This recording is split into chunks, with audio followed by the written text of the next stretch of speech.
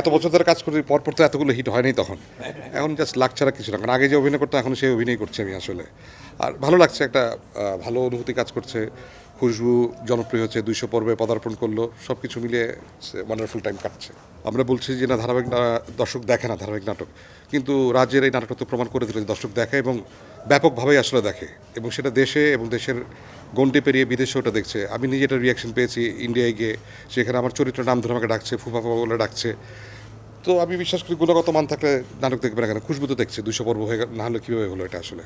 Budget কম ইস্যুটা আসলে সব নাটকের ক্ষেত্রে প্রযোজ্য, শুধু ধারাবাহিক নাটক না, সেটা একক নাটকের ক্ষেত্রে ভালো কিছু বানাতে গেলে টাকা লাগবেই। এটা সহজ এবং সত্য কথা, এটা সবাই জানে, এটা কোনো রকেট সায়েন্স না যে আমি বুঝতে পারছি না বিষয়টা। টাকা হলে ভালো জিনিস হবে, তার সাথে মেধা যুক্ত থাকবে, এই তো। অনেক নতুন নতুন মেধাবী তরুণ নির্মাতারা এসছেন, লেখক এসছেন, ভালো ভালো কাজ হচ্ছে, টেকনিক্যালি আমরা অনেকখানি এগিয়েছি। তো সব মিলে আমি তো খুবই আশাবাদী সামনের দিনগুলোর জন্য। ভালো অনুভূতি তো অবশ্যই, যে কোনো সাফল্য ভালো অনুভূতি দেয়। আর যেটা বললাম, এই নাটকটি করতে এসে যেই সংকটে পড়ি আর কি, এটা হচ্ছে শিডিউল সংক্রান্ত জটিলতা। প্রচুর শিডিউল দিতে হয়, এসে প্রচুর সিকোয়েন্স করতে হয়।